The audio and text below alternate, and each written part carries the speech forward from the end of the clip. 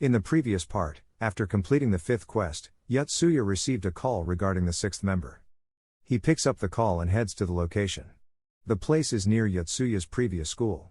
On reaching, he notices a blonde-haired girl surrounded by his friends. The girl's name is Glenda and she is a foreigner. She has come here looking for Yotsuya after a small girl told her so. Yotsuya understands the little girl was the game master. Since Yotsuya's grandfather's home is nearby, they head there to talk. After talking, he understands that just like his party members, there were 4 more heroes that had visited the other world. Glenda came to know about them by watching the videos the heroes were posting to share their experience. Among the 4 heroes, Glenda liked the French woman, so she kept updated with the things she shared about her quest. However, after the completion of the 4th quest, the French woman stopped posting the videos and later found out she died of heart failure. And when Glenda tried to ask the other heroes using the comment section, she didn't receive any reply and they also stopped posting the videos. Yotsuya suspects they all were unable to complete the 5th quest, and as a result, died. Glenda is very interested in filmmaking, and just like the former heroes did, she wants to make a short film about Yotsuya and his party members, as it will help them reach a wider audience and interact with those who might be visiting the other world. Yotsuya agrees, and after some time, his friends along with Shindo and Hakozaki arrive at the location. Glenda has brought her filmmaking gear and after some time she starts shooting the film. The purpose is to create a similar scenario as happened with them in the other world. After hours of work, the film is finally completed. They upload it on social media and wait to get a response. 10 days later, someone finally comments about him being visited a similar place to the film. Soon after, they are summoned and Glenda gets the role of a warrior with a specialty in axe. This means that apart from Yotsuya everyone is a warrior. And Yotsuya is not at all happy with it. The Game Master gives them their 6th quest. This time they have 2 options. First is to reduce Rainbow Stare addiction in the Kingdom of Glodia to less than 3% within 90 days. And second is to stop the destruction of the village of Zogroth within 30 days. It is up to the heroes to choose the desired quest. Yotsuya knows even though the 2nd quest sounds simple, just like earlier they might have to find more details and spend more time on it. So he decides to choose the first option. However, before he could tell, Tori picks the 2nd option and the Game Master agrees. Yotsuya is pissed and they both starts to argue about it. Shindo tells them to stop because they cannot do anything now. Without wasting any more time they go to Cortinal to ask Kaabel about the village of Zogroth. They walk inside the city and notice everything seems very different. They reach Kaabel's home and notice her. However, the woman is Kaabel's daughter. She reveals about the death of her mother. Everyone is sad on hearing this. It has been 17 years since the heroes last came. She expresses how much her mother loved to tell the stories about her adventure with the heroes. On knowing they want to go to Zogroth, she gives them the information and finds a wagon heading there. On the way, Yotsuya is sad on remembering Kaabel. All this time he only used her for the quest and never thought of her like she did of him. The next day, the heroes reaches the forest separating Zogroth and continue the journey by walking. On the way, they find a goblin. Everyone takes out their weapons and goes to defeat him. However, this goblin is much stronger than the ones they have encountered. The goblin is easily able to withstand magic and physical attacks. After killing Tori, he tries to attack Hakozaki and Yuka, but just in time Glenda from behind kills him. Yotsuya is curious so he uses his chef skill and finds out the goblin was a D-level threat. He is surprised because usually, they are F rank, which is also the weakest. But in this forest, it seems there are stronger monsters. They all split up and start finding the village before the sun sets.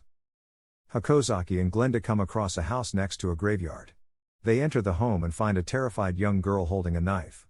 After seeing they are the heroes, Jesby, the young girl drops the knife and reveals the reason she was hiding.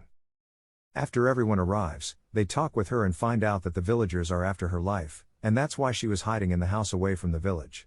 Jesby points at a mountain-like tower and reveals that the Zogroth village is over there. Because she is terrified to go there, she refuses to accompany them. Yotsuya understands and didn't force her. The next day, the heroes decide to leave after having breakfast.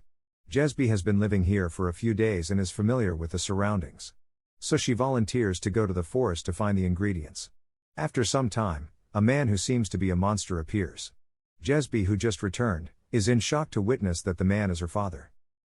Yotsuya notices a snake-like monster attached to the forehead and immediately understands that it is the parasite that players in the comment section of their film were talking about. One of the players revealed that the only way to destroy the parasite is by burning it.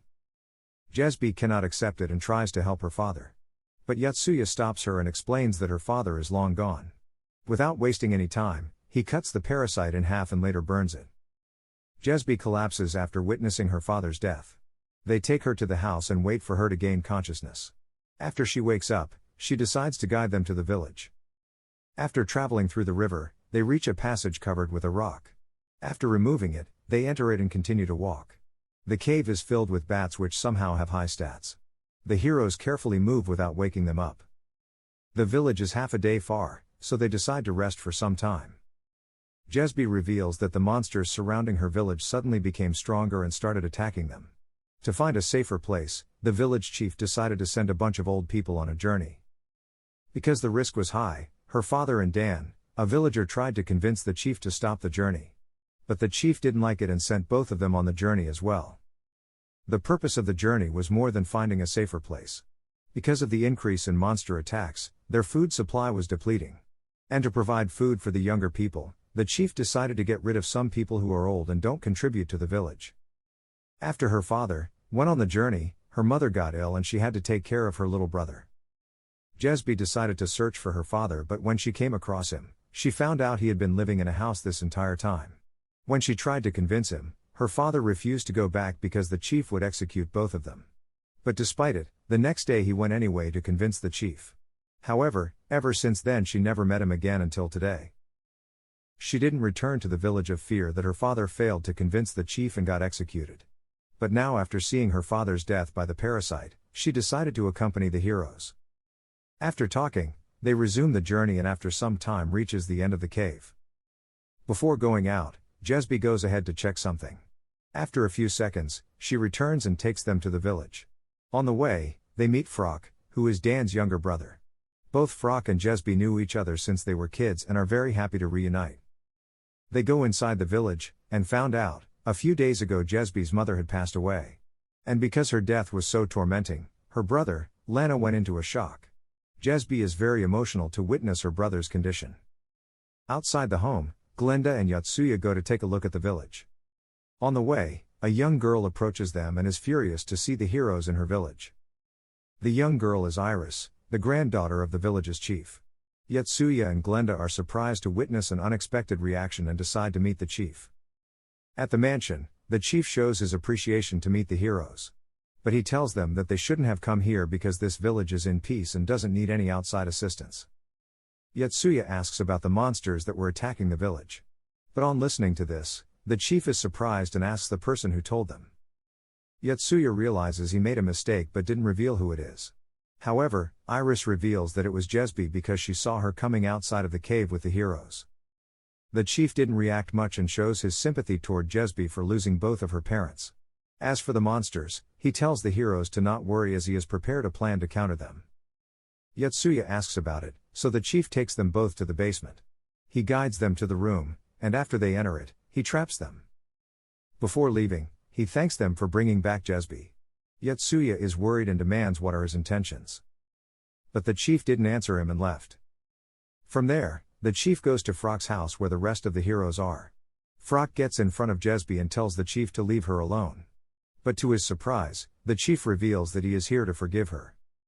Everyone is relaxed and believes that Yotsuya and Glenda were successful in convincing the chief. Shindo asks about their whereabouts, so the chief tells them to follow him. However, as soon as they left, the guards arrest Jesby and take her to the mansion. On the other side, everyone starts to find it suspicious because they are heading to the forest away from the village. However, it is too late because the chief cut the bridge's ropes. The heroes are in shock and demand what are his intentions. The chief tells them that he doesn't need the heroes and can solve his village matter by himself. A sudden monstrous scream occurs and the chief looks in the direction. Using this opportunity, Shindo uses her wind magic and knocks him down. After climbing back up, they tie up the chief and go to his mansion. When they arrive, many villagers have gathered in front and are worried about the monster scream they just heard. On seeing the chief tied up, the villagers are surprised and ask the reason. Chief in his defense explains that the heroes are here to hurt the village. Surprisingly, The villagers believe the chief and start demanding the heroes leave the village. Soon, Jesby with the guards arrives. Frock comes from behind and takes down the guards, but he is soon overpowered and arrested too. Frock's mother came to his rescue. But the chief orders the villagers to arrest and send her to the prison alongside Jesby. The villagers fear that if they don't listen to the chief, they will too send on the journey. So they start forcing her to go. Tori is pissed to see the villagers hurting Frock and his mother. So he just beats all of them to a pulp. Even though he knows about the penalty for hurting humans, he still keeps beating them until he is satisfied. And just as expected, his rank decreases to 3. When they go inside the mansion to free Yotsuya and Glenda, they are surprised to know Iris, after seeing her grandpa getting beaten, had thrown the cell key into the well. Outside, after Frock's mother and Jesby head back to their home, he notices a huge snake-like monster approaching the village. So he rushes inside to alert the heroes. The heroes are in shock to witness the largest monster they have ever seen. And to make the matter worse, smaller monsters are also entering the village. The chief is devastated to know the situation. He fears his position will be lost if there will be no village to protect. Suddenly the floor beneath them starts to shake heavily. They suspect the monsters have already arrived, so they take out their weapons. Fortunately, it's Glenda and Yotsuya. They also notice the situation and are worried because even the smaller monsters have insanely high stats. Everyone asks Yotsuya if he has a plan. Currently, Yotsuya is thinking about whether they have to prevent the whole village from destruction or just the villagers. Considering the current strength of the heroes, Yotsuya knows they cannot last against the monsters. So he decides to evacuate the villagers using a safe passage. Frock understands what he has to do, so he immediately heads out to bring the villagers here. But because the cave they earlier came from is surrounded by the monsters, he asks the chief if knows any other passage. The chief takes them to the dried-up well next to his mansion, which is extremely deep. Hakozaki believes that the bottom might connect with the cave they come from. However, the well is so deep that it is extremely hard to find if it's even worth it or not.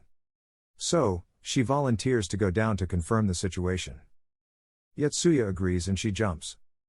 Luckily the well is connected by the cave and Yotsuya is notified. After he listened to the impact noise, he estimates the well's depth to be around 40 meters. And accordingly, they start creating a ladder for the evacuation. However, the monsters have arrived inside the village and now attacking the buildings and villagers.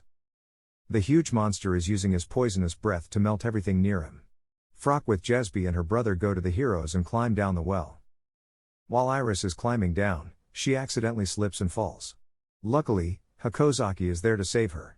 The chief is very grateful and apologizes for his previous actions. After almost everyone has climbed down, Yotsuya with others heads to the well. However, before they could make it, the ladder is destroyed by the monsters.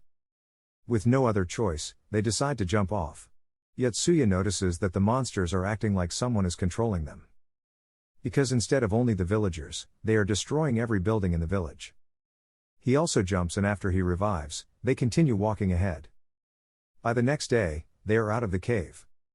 Tori raises doubt about their quest being failed as they didn't manage to save the village and also let many villagers die. Yotsuya doesn't think so because they all are still alive. It probably means as long as even a single villager is alive, their quest is intact. After walking for some time, Iris is tired and doesn't want to walk anymore. Yotsuya tells that they cannot rest yet because the monsters might still be coming after them. So, Tori gives her a piggyback ride. They come across a path, which seems to be used by a bunch of people. They don't know whether it is goblins or humans. So just to be cautious, Yotsuya and Glenda go ahead to check for safety, while the others rest here. On going further, they come across a settlement that looks abandoned. However, they soon realize it is not. On the other side, while others are resting, Tori notices a leaf falling. He looks up and is in shock to witness a bunch of goblins ready to ambush. He immediately saves Iris and the chief. And later with the rest fights them. Yuka takes the others to safety. Shindo and Hakozaki take down one of the goblins. But when Shindo was about to be attacked by another one, her rank increases to 10 and the game master spins the wheel. She becomes an elite warrior with a specialty in swords. With her new stats and weapons, she easily defeats every goblin. On the other side, Yuka on the way is about to get attacked by a goblin. However, just in time, Glenda comes to her rescue. Soon, the people from earlier also come. Frock is surprised to see that one of them is his brother. Dan is very happy to reunite. But on knowing their mother died when the monsters attacked, Dan is sad but is also happy to see his brother alive. Later they find out that all the people living in the settlements are the ones who were sent on the journey by the chief. The villagers are not angry at the chief because they understand if they had been in the village, their children and grandchildren would have died of starvation. During dinner, Yotsuya tells the villagers that they should leave this settlement immediately because the monsters seem to be controlled by someone and will soon be arriving here. Dan tells them about a legend her mother used to tell him about a place known as New Eden. It is supposed to be free of any monsters and filled with peace. However, he doesn't know where to find it. The chief added that only those can find New Eden who can sacrifice their life. Jesby suddenly remembers what her parents told her about it. She reveals that the place exists beyond the forests but doesn't recall at which direction. Yotsuya decides to go there, but because the forest is filled with monsters they have to be cautious. Dan also added that while hunting for food, he came across a goblin settlement, from which they have to be cautious. So, the next day they begin the journey. At night, while the villagers are resting, the heroes plan to attack the settlement. The group is split in two, with one defending the villagers, and the rest attacking the settlement. Yotsuya with others goes ahead. They come across the settlement and notice a few goblins guarding it. So, stealthily they first kill the guards and then go to kill the ones who are sleeping. However, on entering the hut, they are surprised to know there is no one. Suddenly, the goblins surround them and attack.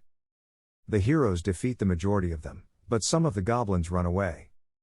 On the other side, Yuka comes panicking and notifies about the death of the chief.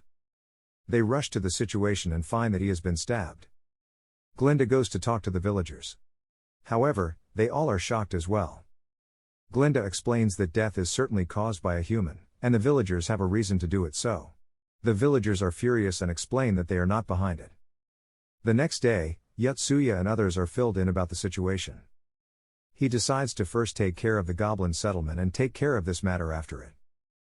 Everyone reaches the settlement and the villagers are very happy to see it can be inhabited by them. At night, Glinda gathers everyone in one place and reveals it is Jika who killed the chief. Because yesterday when she asked about the murder, he was the only one who knew the chief has died as a result of the stabbing, even though she hadn't revealed it. Iris is furious to know the truth and starts hitting him. Jesby tries to calm her down and takes her back to the hut. At night, while Jika is tied up, the heroes decide what they should do about him. Tori notices Iris heading to the hut in which Jika is currently. Everyone fears she might do something stupid, so Tori rushes to stop her. However, he is too late, as Jika is killed by Iris who is now infected by the parasite. Iris mindlessly attacks Tori. Soon everyone arrives and is in shock as well. Yotsuya understands what he has to do, but before him, Tori kills her. Later they burn the body and bury both Jika and Iris. Suddenly, the villagers are feeling sick. So, Dan notifies Yotsuya. Because only the villager is feeling sick and not the heroes, they immediately suspect that Raji, the dragon bishop, is doing a ritual near this region. Jesby suddenly remembers the direction of New Eden and reveals that it is on the east side of the forest. But, just then a bunch of monsters appear and start attacking. The heroes are alerted and go to fight them while the villagers are taken to safety. One of the goblins is chasing after the villagers. Lana falls off the wood log, so Hakozaki takes on the goblin to buy some time. On the side, Yotsuya and others defeat the monsters, but just then a troll also appears and eats Shindo. And after it, he eats Hakozaki also. But after he is attacked by a sudden wind attack, the troll runs away. We got to know the sudden wind attack was caused by Cantle. Back in the settlement, they all sit and talk. Cantle is now old. He explains that after he was swept away by the tsunami, a woman named Fatina saved him. After killing Raji, he became her pupil and started learning magic. Fatina is a strong magic user and has a hatred toward the dragon bishop.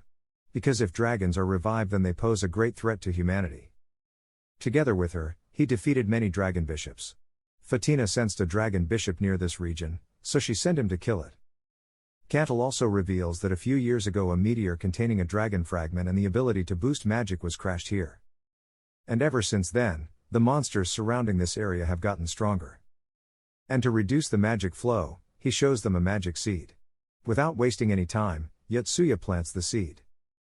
After pouring magic, the seed is turned into a gigantic tree. Yotsuya with Yuka and Tori heads to save Shindo and Hakozaki while Glenda protects the villagers. Using the map, they soon find the troll's location. Tori charges and throws his spear, but he is taken out. Yuka attacks the troll's eye, but after that, she is also taken out. As the troll jumps to attack Yotsuya, Tori revives and kills it from behind. After everyone revives, they find the meteorite next to a waterfall. Because they are outside the forest and to the east, Yotsuya believes the New Eden is above the waterfall. He uses the magic seed and uses it to climb up. After they reach the top, they find it's totally dusted. Everyone is disappointed. Yotsuya looks down the waterfall and is very exhausted to know they have to climb down. But he then remembers something the chief said and suddenly jumps. Everyone is in shock. Yotsuya swims deeper and deeper and goes to the backside of the waterfall. After he comes up, he witnesses a totally different settlement inhabited by people. An old man who drifted from outside reveals he used to live in Zogroth. Back outside, Lana, after gaining consciousness, doesn't recall who Jesby is. And no matter how much Jesby convinces him, he is afraid of her. Suddenly, Jesby's eyes start to glow, and before she does something, Glenda catches her. It is revealed that after all this time, Jesby was the Dragon Bishop. And she is the one who infected Iris and her so-called father with the parasite. Jesby acts innocent and demands proof. Glenda reminds the time when they first met Jesby. She was without any care going into the forest to pick up ingredients even though it was filled with strong monsters. And during the time, when they reach the end of the cave, she goes outside to check something, and during it, she planted fabricated memories inside the villagers. She also made Jika kill the chief, after he find it suspicious for Jesby to be one of his villagers. Because after adding her up, the village population was uneven. However, Lana was in shock after he lost her mother, and that's why he was not affected by Jesby's magic. And after coming back to his senses, he knew that he don't know Jesby. After hearing all this, Jesby finally shows her true self. She calls a dragon. And reveals that she made the monsters destroy the village just so she can use their lives for the ritual to revive the crystal dragon. As she tries to attack, Candle comes and blocks it. After it, she flew toward the meteorite. On the other side, Yotsuya comes back. He explains that the chief told him that people who choose to die are led to New Eden. And that's why he decided to jump. Just then, Jesby arrives. They all are in shock to see her on a dragon. Glenda and Candle also arrive and reveal that Jesby is the Dragon Bishop. Jesby starts an incantation and orders the nearby monsters to attack. The heroes take out their weapons and are ready to fight.